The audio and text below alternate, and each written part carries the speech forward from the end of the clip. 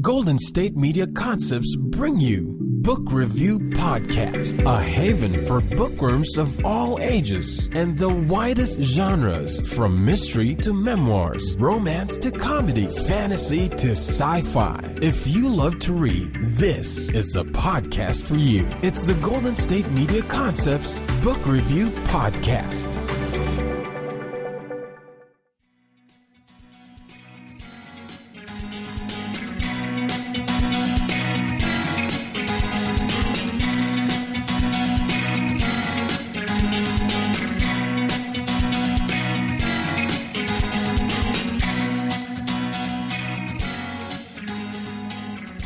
Hello and welcome to the GSMC Book Review Podcast, brought to you by the GSMC Podcast Network. I am your host, Sarah, and I am delighted to be with you again for another episode of the podcast. I hope you're having a wonderful week so far. We are now into August. This year's flying by. I know I keep saying it, but it really is. I can't believe we're in August already.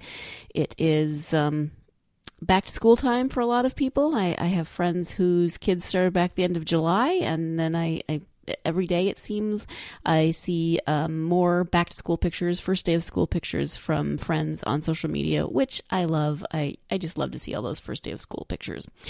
At any rate, we are here to talk about books as always, and today I've titled this episode, It's a Mystery. I have 3 books that are, okay, that's not quite true. I have 2 books that are mysteries and 1 book that is more crime/thriller. Not exactly a mystery, but that didn't fit with my title. I was going for a theme, and the theme didn't quite hold up. At any rate, three novels that they're similar in genre, just not quite all 3 are mysteries. At any rate, I'm going to start with that first one that doesn't quite fit the theme, and that book is called Shelter in Place by Nora Roberts. It is one of her standalone novels. If you're familiar with Nora Roberts, she writes, I don't know, like a machine of some sort. She puts out at least 1 standalone novel a year, and often 1 book that is part of a trilogy or part of a short series that she does. She also writes under the name of J.D. Robb, and so she puts out, those are mysteries and crime novels also. She puts out those sometimes a couple of times a year. So she is just prolific, a crazy prolific writer. I don't think I've talked about Nora Roberts on the podcast before. Maybe I have, maybe I haven't. Sometimes things start to blur together after a while. I love Nora Roberts for the simple fact that I know when I sit down, I'm going to enjoy it.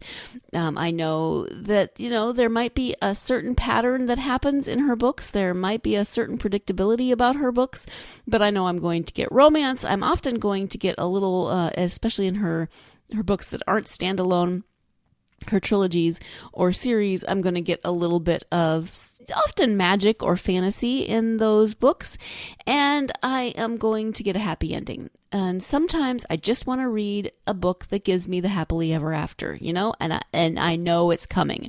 I know that there's going to be hardships. I know that there's going to be struggles, but I know, dang it, that there's going to be a happily ever after.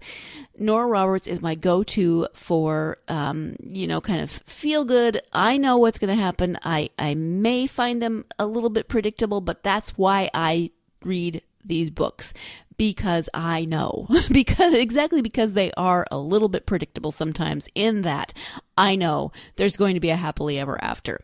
So her newest standalone novel is called Shelter in Place. It came out May 29th of 2018, and I just got around to, I'm not that far behind, but I got around to reading it within the last month. And let me give you the description of Shelter in Place by Nora Roberts. It was a typical evening at a mall outside Portland, Maine. 3 teenage friends waited for the movie to start. A boy flirted with the girl selling sunglasses. Mothers and children shopped together, and the manager at the video game store tending to the customers. Then the shooters arrived. The chaos and carnage lasted only 8 minutes before the killers were taken down. But for those who lived through it, the effects would last forever. In the years that followed, one would dedicate himself to a law enforcement career. Another would close herself off, trying to bury the memory of huddling in a ladies' room, hopelessly clutching her cell phone until she finally found a way to pour her emotions into her art. But one person wasn't satisfied with the shockingly high death toll at the Down East Mall. And as the survivors slowly heal, find shelter, and rebuild, they will discover that another conspirator is laying in wait. And this time, there might be nowhere safe to hide. So that's the description. It's very timely, unfortunately, with all of the stories that we have in the news about mass shootings and things like this. This one, like many of Nora Roberts' standalone books, pretty much, I'd say almost all of her standalone books start somewhere in the past with an event, a precipitating event that then affects the rest of the book. Often that event takes up the first few chapters. There's never really, it's not often like a simple prologue. It usually is more detailed than that, and then jumps ahead to when the main characters are older, usually late 20s or so. This one is a little bit different in that it does start with that event. It does start with that shooting at the Down East Mall, but instead of just being a couple of chapters, we go through much more of that before period with this book. Both of the main characters were at that shooting. They don't know each other at the time. And then we follow them as they move through the process of moving forward from that event. And so instead of having the shooting and then jumping ahead, I think it's 12 years in this case, just right away, we walk with these characters through a lot of those 12 years. So the main part of the story, the current part of the story, I should say, not the main part of the story, but the current part of the story starts later than often happens in Nora Roberts' standalone novels. And I really liked that. I really liked getting to walk through some of that. And in the other books, you still get some of that intervening time, usually just in more of remembering, not exactly flashbacks, but kind of being filled in from the current portion of the book. And I really liked walking through this one. Now, this is not a mystery, as I said, because you know who the shooters are in the beginning, and then you very quickly find out who the person is that is referenced in that last paragraph of the description, the one who's not satisfied with that death count and starts to plot and actually starts murdering survivors, which is horrible. You know that from the beginning who it is, and part of that is her process, walking with her through that psychological melee, I guess, of her mind, because she's definitely got issues. She's obviously got issues. And so it's not a mystery because you know who the perpetrator is, not from the beginning, but almost from the beginning. And you walk with her, and then you walk with the survivors as they are trying to figure things out. And then it becomes more of a thriller and figuring out who it is. And once they figure out who it is, trying to survive and not become part of her plot. So I really enjoyed the slight variations from Nora's normal pattern. I enjoyed the characters. I mean, this is a really hard subject matter in this day and age, when it feels like every time you turn on the TV, there's another story of another incident like this. So there are definitely some trigger warnings that that need to be brought forth for a book like this.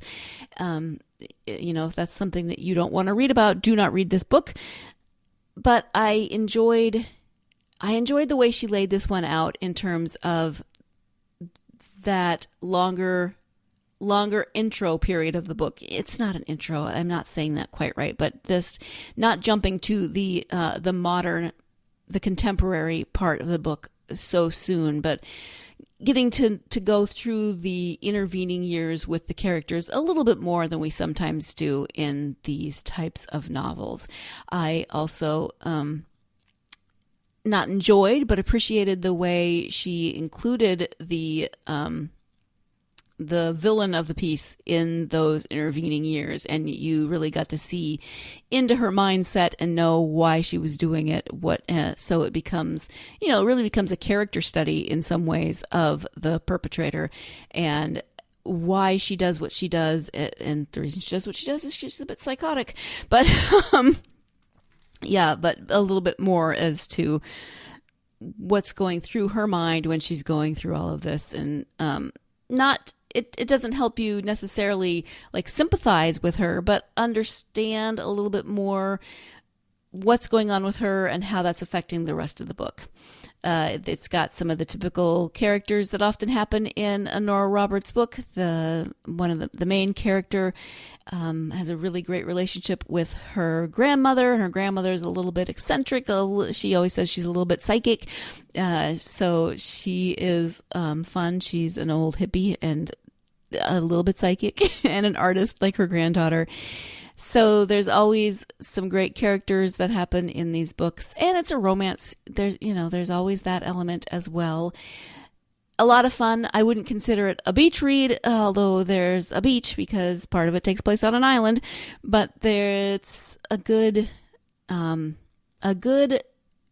you're looking for a good crime thriller to read this summer, but you don't want quite so heavy or dark, and everything's going to work out in the end, then Nora Roberts is the author for you in that regard. So Shelter in Place by Nora Roberts is the first in my 3-part episode today. And when we come back, we're going to be talking about a new author that I just discovered called Nic Saint. So stay tuned. You're listening to the GSMC Book Review Podcast, and I'll be right back. Still on the search of that one true love? On the limbo in this crazy world of dating, marriage, relationships? Well, listen to the Golden State Media Concepts Relationship Podcast, your one-stop podcast for everything about relationships.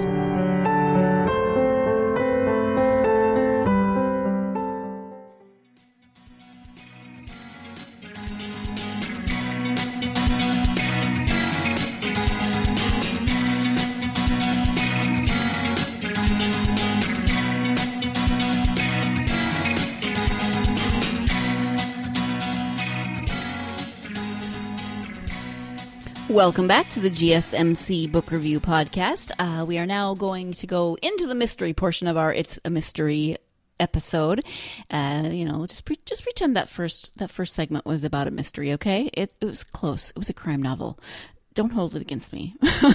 At any rate, I said before the break that this was a new author to me, and I, like maybe many of you, have a lot of, am signed up for a lot of author emails, a lot of those emails that you get that are talking about, the newest releases, the newest, maybe they're about specific genres, maybe they're from publishers, whatever. And I'm signed up for one email that every so often sends me free books. Some of them are giveaways, and you can sign up for giveaways, and some of them are just authors who are having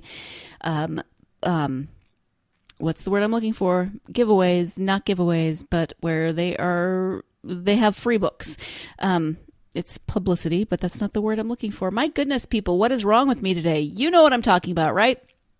Authors are trying to get, their books out there for people to read. And so they will have a time where their book will be free. And the email list I am on compiles a lot of those and sends them out. And so I go through and look and see if there's anything that I am interested in getting, because I love free books. I love the library. I love free books. I love shopping for books. It's just all about books, right?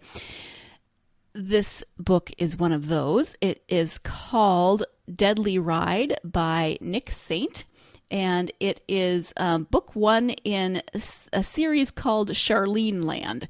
I was intrigued because it is a cozy mystery, and it just looked fun. I totally judged a book by its cover on this one. I did read the description, but it was the cover that drew me in first. So it's called Deadly Ride, and the cover is kind of bright and animated. It's how do I describe it? It's got it's got two little corgis on it, so that's adorable. It's got an kind of a cartoon look to it, and there's a picture of the main character on the front, and she just looks sassy and fun. At any rate, the cover intrigued me. The author is Nic Saint. I don't think I said that. Let me give you the description of the book. Mia Rugg and her family run an amusement park in California called Charleneland, named after her famous grandmother Charlene, the well-known songstress. They all share the same house, with things getting pretty hectic from time to time, as Mia's two sisters, Maya and Marissa, don't always see eye to eye, while Charlene, being the diva that she is, manages to get on everybody's nerves pretty much all the time. All in all, though, things are going well for the enterprising family. At least until a voice doctor is found murdered on one of the park's most popular attractions, the Haunted Ride, and Mia is forced to cooperate with local police detective Blaine Jameson to solve the crime. When Charlene's longtime arch-rival, Phoenix, accuses her of being behind the murder, things suddenly look very bleak for Charleneland, and soon Mia and her family's future hangs in the balance. Will Charleneland survive the sudden uproar? Will Mia and Blaine be able to work together to find the killer in spite of their differences? And will Blaine get through his first meeting with Charlene and her two corgis unscathed? Find out in Deadly Ride, the first installment in the new humorous cozy mystery series Charleneland. So, you know this book is not going to take itself very seriously just from that description, right? Just from that final paragraph. Spoiler alert, Blaine does survive the corgis, just in case you're wondering. So this is a mystery. It's a cozy mystery, which are always fun. Charleneland, I've never been to Dollywood, but I'm thinking it's kind of along the lines of Dollywood, at least in terms of the fact that, it's named after Charlene and she is a singer. It's an amusement park. There's information about her career and her life, etc. So, and Charlene sounds a little bit like Dolly Parton in her description. She's got a lot of big blonde hair and a rather impressive bosom, shall we say? Other than that, I don't know. Obviously, I've never met Dolly Parton, so I'm not going to speak to her character. She seems like a lot of fun. I don't know how much Charlene is actually based on Dolly Parton besides the hair and the theme park and the bosom. But at any rate, she's a very eccentric character. This is an interesting family in that they all, again, is the description says, live in the same house. It's a very large house, used to be a hotel. They all have their own separate areas, almost like apartments. So they live together, but a little bit separate. The family itself is quirky, maybe not as quirky as Charlene, but definitely quirky. And they all work together to run this amusement park until someone is found murdered on the Haunted Ride. And then Mia, who is the main character, is the head of security. So she ends up working with the local police detective. And it's a cozy mystery, so there's a lot of fun, there's a lot of humor, there's a lot of silliness that happens, but it's also a murder mystery. So there is, an underlying element of not exactly darkness, but that heavier element. You got to solve it and find out who's behind it and what happened. But then you have this sort of chemistry happening between Blaine and Mia. You've got her sisters. They're all very close in age. I think they're probably within 4 years of each other, the sisters. And they're calling dibs. The youngest sister is calling dibs on Blaine at one point, and her family's arguing with her. No, Mia gets to call dibs on him. So just, you can see the silliness that I am talking about, right? The author, as I said, is Nic Saint, N-I-C, Nic Saint, and it turns out that this is a husband and wife writing team. So they are, I think, Nick and Nicole. Let me double check that for you. Give me a second. So, Yes, Nic Saint is the pen name for the writing couple Nic and Nicole Saint. So they have just taken, the first 3 letters of both of their last names, which I like. It turns out they've penned 60 plus novels in the cozy mystery, cat sleuth, middle grade suspense, comedy, and romance genres. So they are, like I said, new to me, but clearly not new to the writing world in general. In fact, after I got this book, I signed up for their newsletter and I got 2 more free books from them in 2 different series. They've got several series, and one of them happens to be called Enemy of the Tates, and Tate is my married last name, so I had to read that one. I haven't read it yet, but I had to get that one just to find out.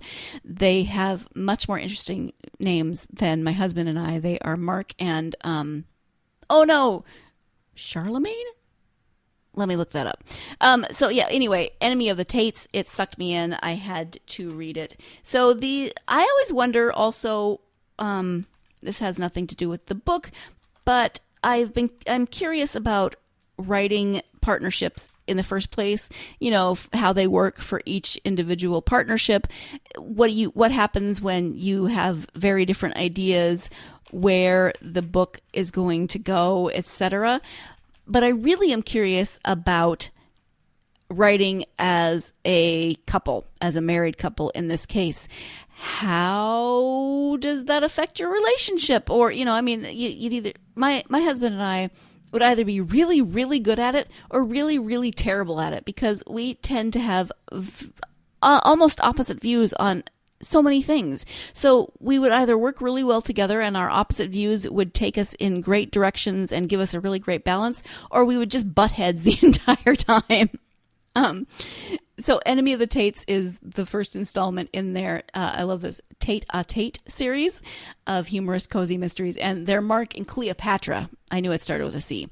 So I am excited to read more of their books. If I had any kind of criticism, it would be that there were times when I felt like maybe things could have been a little bit better developed in the book that I read, Deadly Ride, that, sometimes you feel like things are just going faster than you expect them to, maybe a little bit easier than you expect them to, as in terms of character development or relationship development, etc. That boom, you've turned a page and you feel like you're a couple of chapters ahead in terms of that kind of development. But I'm okay with that. It's, it was a lighthearted read. It was a fun read. It was a funny read. And I am looking forward to reading more from author Nic Saint. So if you are a fan of cozy mysteries, if you're looking for someone new, definitely check them out. Maybe you already know about this author or this, and that's the other thing. It's an author, but it's 2 authors. How do I refer to them? I'll just refer to them as them. You should definitely check them out. Check out their series. They've got, as it says, cozy mysteries, cat mysteries. There's corgis in this one. There's a whole series about a cat named Max who seems to have some part in solving mysteries. So if this is your catnip, as my friend Jasmine Silvera says, then jump into this series. I'm going to take my last break, and when we come back, we'll be talking about one more mystery before wrapping things up. So stay tuned. You're listening to the GSMC Book Review Podcast, and I'll be right back. Tired of searching the vast jungle of podcasts? Now listen close and hear this out. There's a podcast network that covers just about everything that you've been searching. Hey! The Golden State Media Concepts Podcast Network is here. Nothing less than a podcast bliss with endless hours of podcast coverage. From news, sports, music, fashion, cooking, entertainment, fantasy, football, and so much more. So stop lurking around and go straight out to the Golden State Media Concepts Podcast Network. Guaranteed to fill that podcast itch. Whatever it may be. Visit us at www.gsmcpodcast.com. Follow us on Facebook and Twitter, and download us on iTunes, SoundCloud, and Google Play.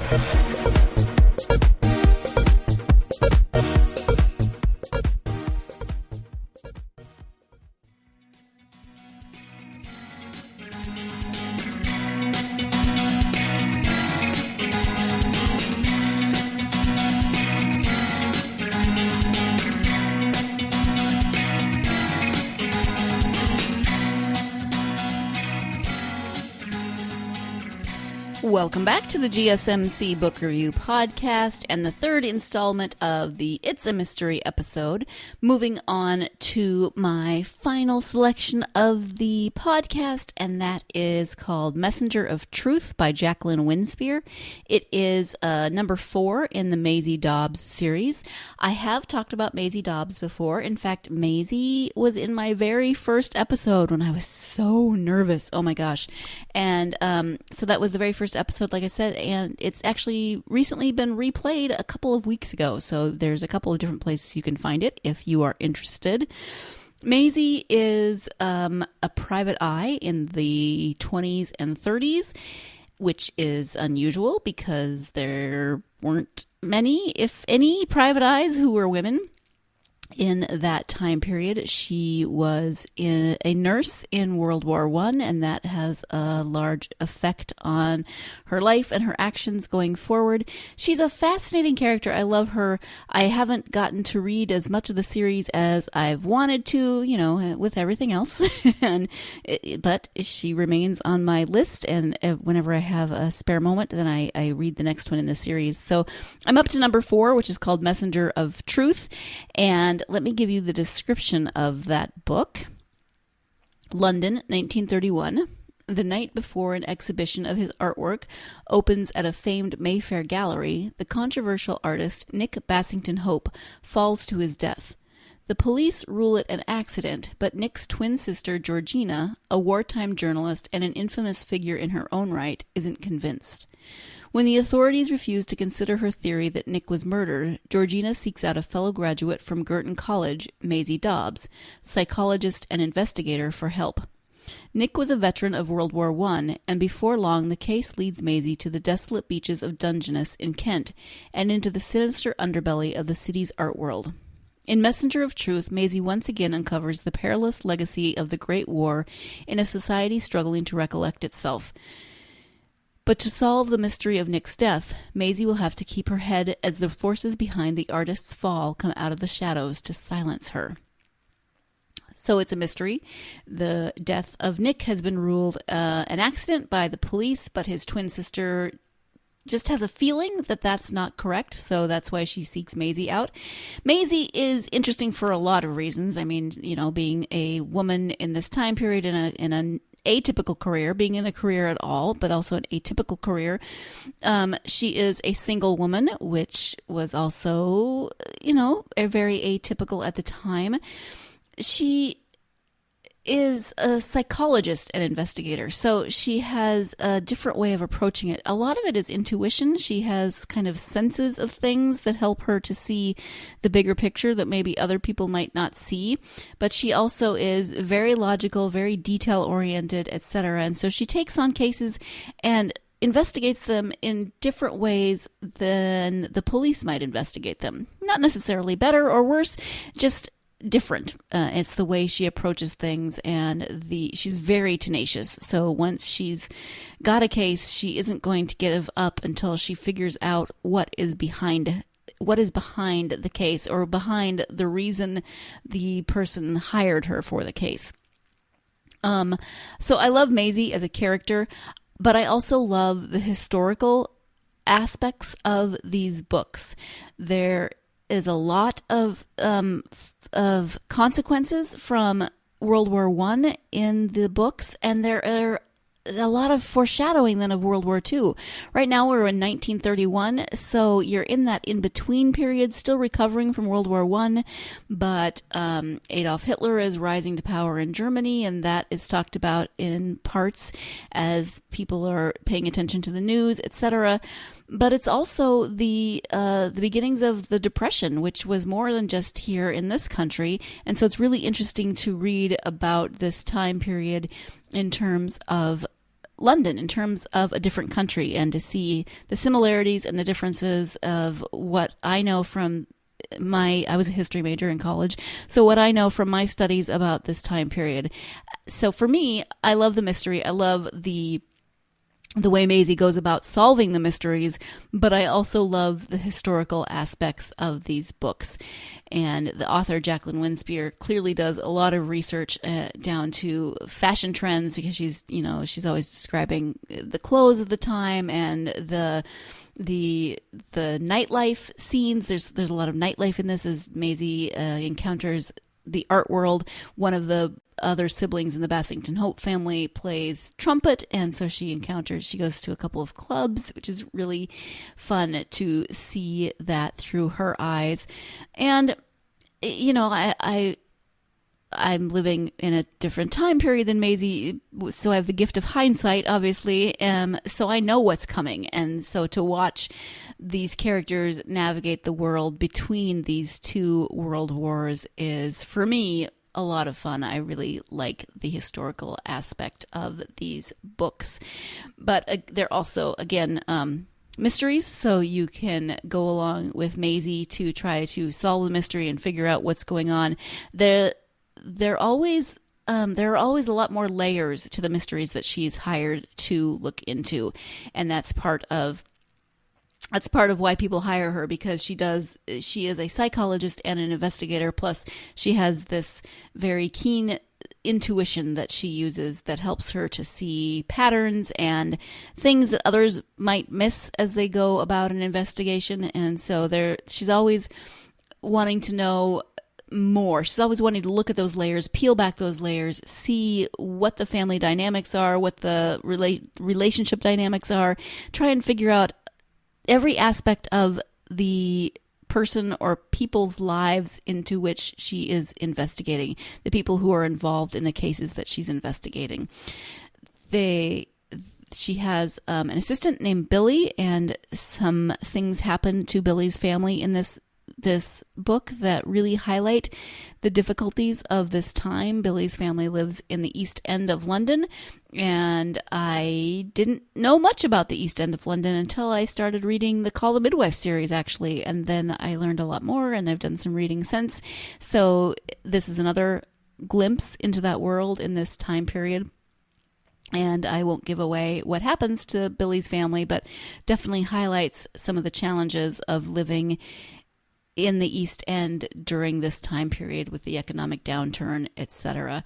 And it really looks at that economic downturn and how it affects it affects the people in the country, especially the working class, the working poor, but these are also men and women who were involved in the war effort.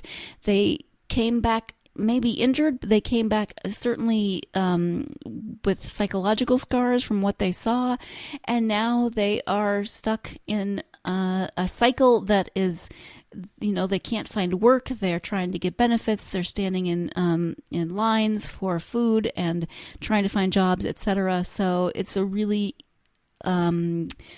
keen insight and perspective on a very specific and very interesting point in history. So for me, that's what I love about Maisie Dobbs. I also love Maisie just because she's kind of a kick-butt woman. And I do worry a little bit about Maisie because she is so focused. I know she's fictional, but I do worry a little bit about her. She's so focused on her goals and her careers that she doesn't always have time for relationships. And I'm not just talking about romantic relationships, because even though everyone in this time period thinks she needs a romantic relationship, that's not the reason. I want her to be happy. I know she's fictional, but I want her to be happy with friendships and those types of relationships that will support her and buoy her and help her to navigate her own PTSD, which they didn't call it then. They called it shell shock at that point. Help her to navigate her own experiences of the war and move forward. Especially because I know what's coming. I know World War II is coming, and I know that the books move into that time period because I've seen some of the covers. and I can tell. So if you like mysteries, if you like historical fiction, if you like kick-butt women investigators, then this is definitely a series you should check out.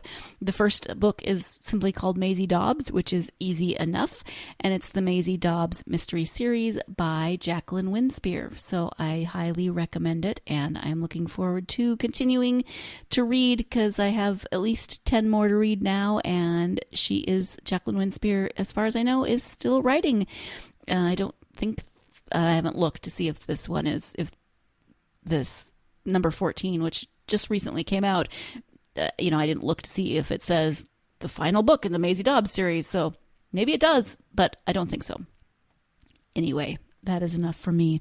I am going to wrap this episode up, but I do want to say, as always, thank you for joining me, and I hope you will join me again next week when here's my segue, I have another author interview, but it is a mystery author. Yay, that's my segue. It's a return author to the podcast. Kelly Garrett is returning to the podcast to talk about her second book in the Detective by Day series. This one's called Hollywood Ending, and it is just brand new out. I am so excited to talk about Kelly. She is always a lot of fun to talk to, and I love the character of Dana and this series, so looking forward to that, and I hope that you will join me to talk to Kelly Garrett about Hollywood Ending, the second in the Detective by Day series. In the meantime, I would like you to stop listening to podcasts and go out there and get yourself lost in a good book. Thanks. You've been listening to the Golden State Media Concepts Book Review Podcast, part of the Golden State Media Concepts Podcast Network.